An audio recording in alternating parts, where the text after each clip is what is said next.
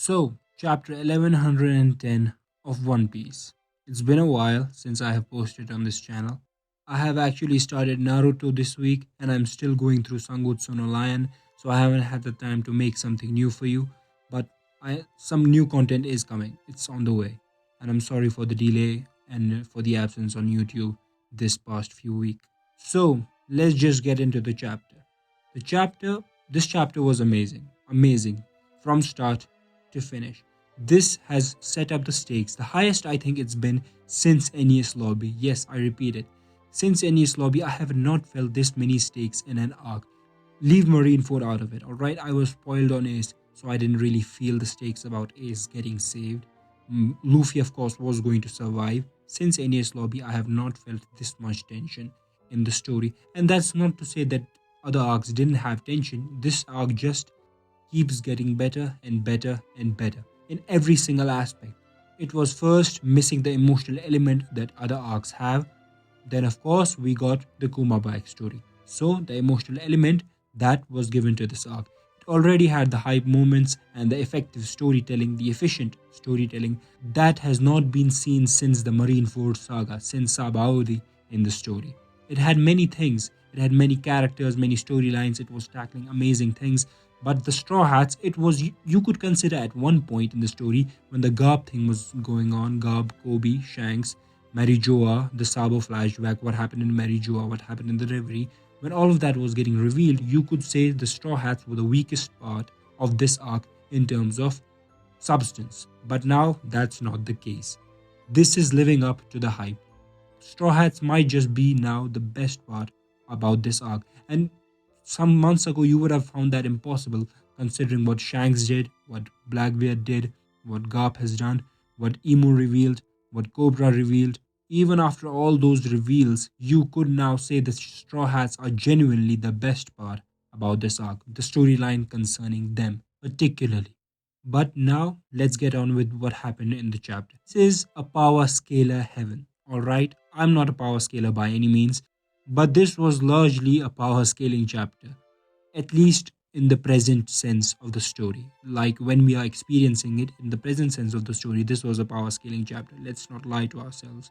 The Gorosei, I mean, the most impressive of them was Nasjuro, but also one more thing was confirmed that the Gorosei are actually the yokai of the Japanese mythology. There was a video recently that Murphy Napier did on these yokais, and I think Taking the YouTube channel, he will also do one video on them, Grand Line review. I think they will explain it better than I can. I have read about the yokai, I have checked them out in this past few weeks, but I think I'm not the guy to explain it, considering I don't think I have the skill level to match those guys in terms of theories and match them to the storyline. So I'm going to talk about what I can do best at this point in the story. Talk about the sequencing and what it does for the end of the arc. First, the appearance of the Gorosei, how they appeared and the double spread. That was genuinely amazing. It was amazingly done, because one thing I think I know for sure that the entire fandom has realized by this point is that the yokais are demons. That double braid spread screams demonic energy to me, alright? It looked demonic, they all look actual demons, they don't look like Kaido, cool dragons. They don't look cool in any sort of way, alright? None of them look cool. Not one of them has any kind of, personality to him where you would feel like any fan would want their powers among us in the fandom. And even with all those amazing powers you get with the powers that they have, if no one in the community, no one who is consuming your series doesn't want that particular person's particular character's power, you as a writer have succeeded in making them look like demons. You wanted the Gorosei to be demons, to be someone who would be despised by everyone who sees them. You have succeeded, because not only the community, not only the populace of One Piece looks at the Gorosei being terrified of them, not only Luffy looks at them as being monsters, we as a community also don't like their, character designs in terms of like they are creepy. So Oda has succeeded in making Gorosei look like creatures from hell. I'm quoting Sabo here. Sabo said in that chapter, it's like I'm on the top of hell. I think he said something like that. And this lives up. This lives up to the wording. This lives up to the dialogue. Of the Gorosei, I think the most impressive was Nasjuro. I think you could say that. I mean, we all knew that the Gandhi guy, Nasjuro, he always had that aura about him. Even when I spoke to other guys in the community of the Gorosei, the one they were most, excited or knew of was Gandhi. It wasn't Jupiter, it wasn't Mars, it wasn't Saturn, it wasn't the other Goroseis. It was always Gandhi that caught the attention of the fan base before ever the Goroseis' names were revealed to us or their powers were revealed to us. Now, Gandhi is, Nasjuro is really interesting in the fact that he has a blade coated in haki. Now, is that a black blade or not? One, if it is a black blade, then there are problems now, because I think I have two solutions for this. One, I think he got this black blade, he didn't make it one himself. I think this black blade is from the strongest swordsman of the Void Century, and it is also rumored to be the Sandai Ketetsu one, so that would make sense. And if the Gorosei truly are immortal, then it would make sense for Gandhi to be the one who made this black blade in the Void Century when they fought against the Ancient Kingdom, for him to be the strongest swordsman of that era, of the 100-year void. So that would answer these two questions for me. And if it isn't a black blade, I think then we're done with the discussion. And I don't think it is a black blade personally. I think it's just coated in haki. That's all I think it is. I don't think much of it, but if it is a black blade, that gives us some new turn to the story, to Zoro's, final fight. Because one, Mihawk can be Zoro's final fight if Mihawk's connection to the celestial dragons is an actual thing in the story. But if that is not the case, then Zoro will have to fight the God's Knight's strongest member, and I don't think that's going to be Figalen, considering he is old now, or that's going to be Nasjuro. I know Nasjuro is also old, but five elders, it's kind of a different trajectory here, and he also has a devil fruit. So that's that. But just to put this out there, the more and more I read of the final saga, I don't think the final war is going to go as we expect. I think the only one-on-one fight that will probably happen will be Emu versus Luffy. It won't be any of the Straw Hats that will have one-on-one battles. I thought at least the Monster Trio will have them, but it gets vaguer and vaguer and vaguer as you go on in the story. Like first you could pin down it to the Monster Trio versus the Admirals, or at least Luffy versus Akainu, or Luffy versus Emu, and Zoro versus Kizaru or Green Bull, but now it's just too vague to speculate even. So I don't want to speculate on one-on-one fights. It's fun, but it's getting difficult by the day. Egghead has made the One Piece world 5 times bigger than it was in Wano. In the second saga of One Piece, when we were in One Piece was already known for its world building. But Egghead, it has opened up. It has opened the world up. None of us thought that the story could be this big and this grand as much as it has become. And also the Gorosei were confirmed to have haki, so they are not Emu's manifestations. They are their own people, in my opinion. That confirms it. They have haki, considering Gandhi has haki, so other people, other Gorosei should also have haki.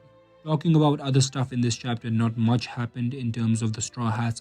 I know Usopp saved the Sunny, but that wasn't shown. Oda didn't show us how Usopp saved the Sunny from crashing and getting destroyed, which is unfortunate when you think about it, considering the Straw Hats have been undermined in this arc. I don't particularly have a problem with it.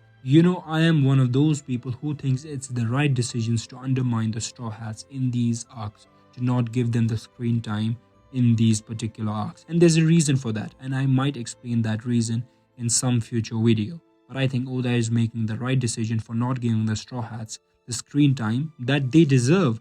I believe they deserve the screen time, the dynamics, the dialogue, but I think it's not the right time for them to get this. But Usopp saving the Sunny, I think that should have been put there, there's a bare minimum of what Straw Hats have to do in each arc, and I think Egghead hasn't hit that bare minimum. It's the one criticism I still have with it, even though I agree the Straw Hats shouldn't be getting the spotlight like many people believe. But they still could get something, We all thought that this was going to be Frankie's arc, which it didn't turn out to be, unfortunately. And fortunately, you could say both. But Frankie and Bonnie are by the giant ships by now. They have reached the giant ship. So you could say Frankie can do something from there. He can have a role, a play in this arc from that position. And of course, Lucci versus Zoro, the fight ended. Of course, Zoro won. Let's get on with it. We knew Zoro would win. All that slander, all that agenda piece, whatever it is. I really am not into those kind of things. Not because they are not cool or anything. They are amazing, they are funny, they are enjoyable.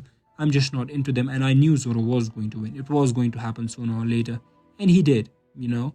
And then talking about the reunion between Dory and Broggy and Luffy. Major part of this review has been talking about the Gorosei. I have talked about the Gorosei for the major part of this video. But this was still my favorite moment in the entire chapter. And I'm not lying. I know this is underrated. I know this is going to be a hot take. But I love the reunion between Luffy and the Giants more than anything in this chapter. And this chapter was amazing, alright? Start to finish. Amazing stuff happened. But this was still my favorite part of the chapter, the reunion.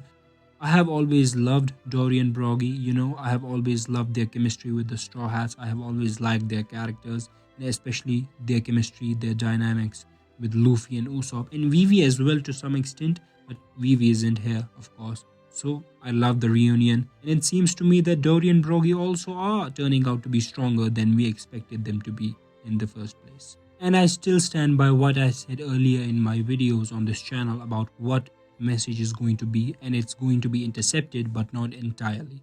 I still stand by what I said. The interception is going to happen, but the Ohara incident at least will get through to the world through the visual transponder snails that they have set up around the world. And the only thing that I'm still doubting upon is the ancient kingdom's name. I think it may get revealed and I don't have a problem with it, and if it doesn't, I don't have a problem with that either. But I think the Ohara incident is what's at least going to get revealed, and everything else that Vegapunk planned to reveal, that's going to get intercepted and stopped. But it will already be beyond, damage will already have been done, and this would be the greatest thing that has happened since Roger's execution, easily, matching Whitebeard's death in terms of the impact on the world. So that's all for this one. If you like this, like, comment, and subscribe, and I hope I will see you next time. And I'm sorry for the delay, I'm stuck with some things, stuck with some exams, and I'm stuck with some videos as well. I'm stuck with watching anime, Sangutsu no Lion. I'm stuck with reading Naruto, so I don't have time for making content. But the first Naruto review video for the first arc will be up in the next week, at least, So look out for that, and thank you.